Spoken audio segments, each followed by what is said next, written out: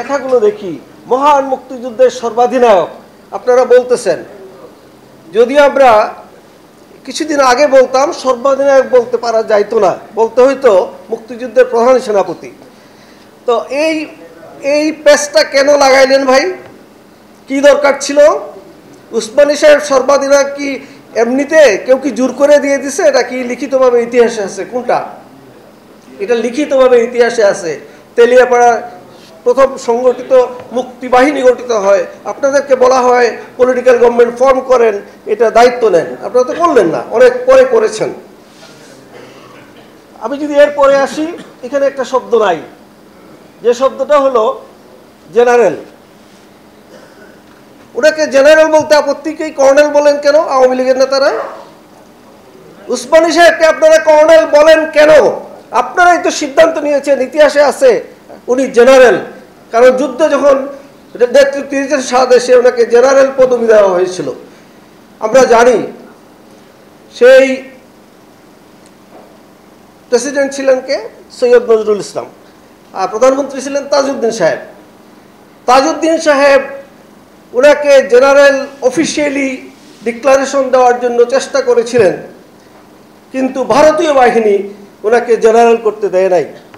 যদি ওনাকে জেনারেল করতে দেওয়া হতো তাইলে সারেন্ডার অনুষ্ঠানে উনি নেতৃত্ব দিতেন, বাংলাদেশের হাতে নেতৃত্ব দিতে হতো। এই জিনিসগুলো আমরা আগে বলতে পারি নাই। এখন এই যে ছাত্রদের রাজনৈতিক দল এনসিপি, আমি আহ্বান জানাই ছাত্রদের রাজনৈতিক দল, আপনারা উসমানীর ইতিহাসটা ভালো করে পড়েন। যদি পড়েন তাইলে আপনারা স্বাধীনতার ইতিহাসটা ভালো করে জানতে পারবেন। কোন জায়গায় ঝামেলা? ঝামেলা একটা জায়গায় আছে। যদি আমরা উসমানীকে ভালো করে বলতে চাই তাইলে আওয়ামী লীগকে ছোট করতে হয়, না করে কোনো উপায় থাকে না। একটা তত্ত্ব স্পষ্ট করে বলি,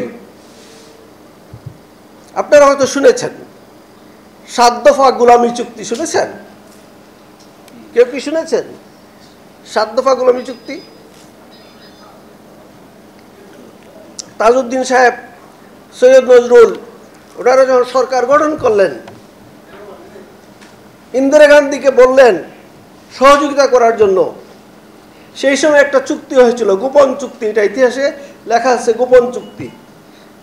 আর সেই গোপন চুক্তিকে ঐতিহাসিকরা বলে গোলামী চুক্তি। সেখানে লেখা ছিল আলাদা সৈন্যবাহিনী গঠন করা যাবে না, মুদ্রা থাকবে না, কি থাকবে না, মানে আমাদের পরাধীনতা পুরোটা। সেটা সাইন করে আমাদের এই যে সৈয়দ নজরুল সভাপতি ছিলেন, ইতিহাসে লেখা আছে উনি সাইন করে অজ্ঞান হয়ে পড়ে গিয়েছিলেন। এবং উসমানী সাহেব সেটা স্বীকার করেন নাই, উনি বলেছিলেন যে এটা কোনোদিন বাংলাদেশ সাইন করতে পারে না, কিন্তু এটা সাইন হয়েছিল।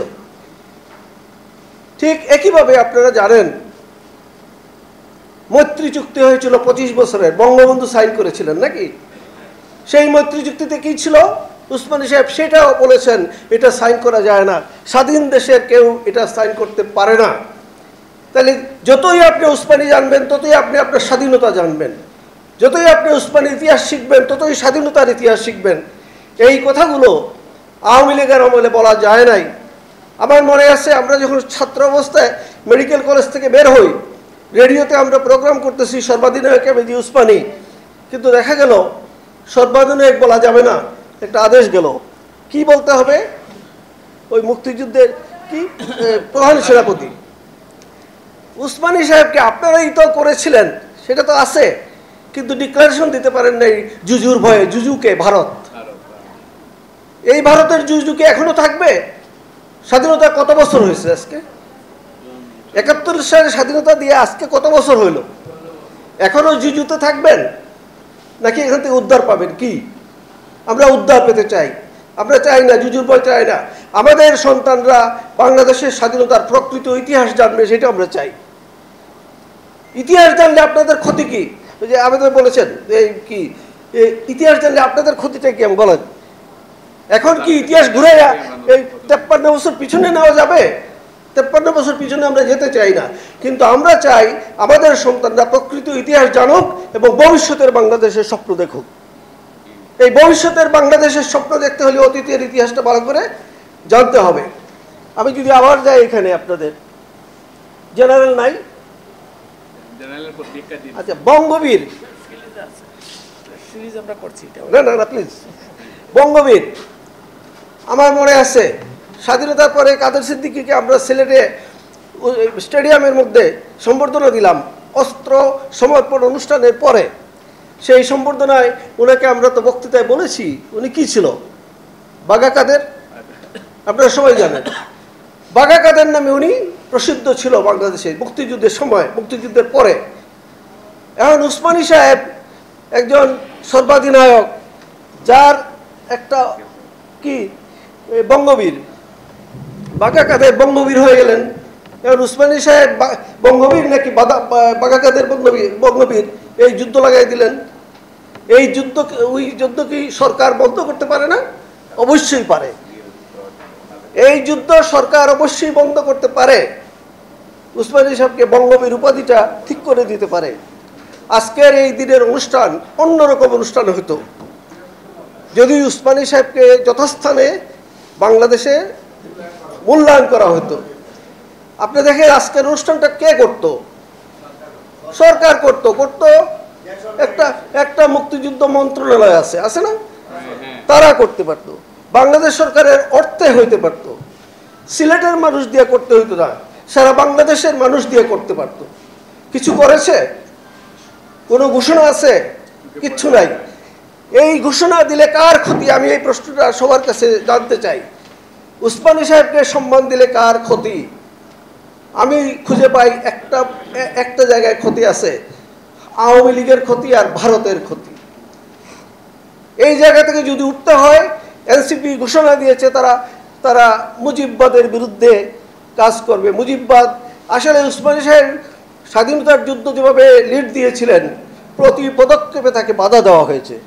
একটা করে যদি ইতিহাস দেখেন, মুজিব বাহিনী গঠন করা হয়েছে, দেখেন মুজিববাদ করা হয়েছে, দেখেন রক্ষী বাহিনী করা হয়েছে।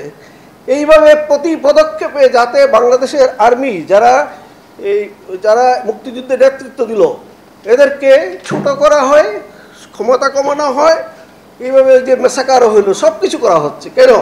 বাংলাদেশ যেন ওই যে আগের 7 দফা চুক্তি, গোপন 7 দফা চুক্তির মধ্যে যেটা আছে, তোমাদের আর্মি থাকতে পারবে না। এটা লেখা এখনো লজ্জায় তারা বের করে না, আপনারা পড়লে দেখবেন লজ্জায় বের করে না। কিন্তু ওই লেখা যেটা আছে ভারত, ওইটা এখনো মনে রাখে। তারা চায় বাংলাদেশ ওইভাবে থাকুক, যার সেনাবাহিনী শক্তিশালী হবে না, যার সেনাবাহিনীর কণ্ঠ থাকবে না, যার সেনাবাহিনী তার দেশের লিডার হবে না, হবে অন্য দেশের অনুমতি সাপেক্ষ। তো আমরা এইগুলোর থেকে মুক্তি চাই। আজকে অত্যন্ত আবেদ ভাই বলেছেন যে অত্যন্ত ভালো কাজ আপনারা করেছেন, আপনারা সিলেটের বাইরে আসছেন, এক। দ্বিতীয়ত হলো আপনারা সাংবাদিক, মফস্বল সাংবাদিক অ্যাসোসিয়েশন, সারা বাংলাদেশের অ্যাসোসিয়েশন, আপনারা উসমানী সাহেবকে অ্যাটলিস্ট বাংলাদেশে টেনে নিয়ে আসছেন। আমরা চাই উসমানী সাহেবের স্বাধীনতার ইতিহাসের লড়াটের মধ্যে উসমানী সাহেব থাকবে। আমরা চাই বাংলাদেশের সকল যুবক যুবতী যারা ভবিষ্যৎ বাংলাদেশ গড়বে, তারা প্রকৃত ইতিহাস জেনে ভবিষ্যৎ বাংলাদেশ গড়বে। আপনারা যেভাবে হেজিমনি তৈরি করে রাখছিলেন, ওই হেজিমনি দিয়ে ভবিষ্যৎ চলবে না।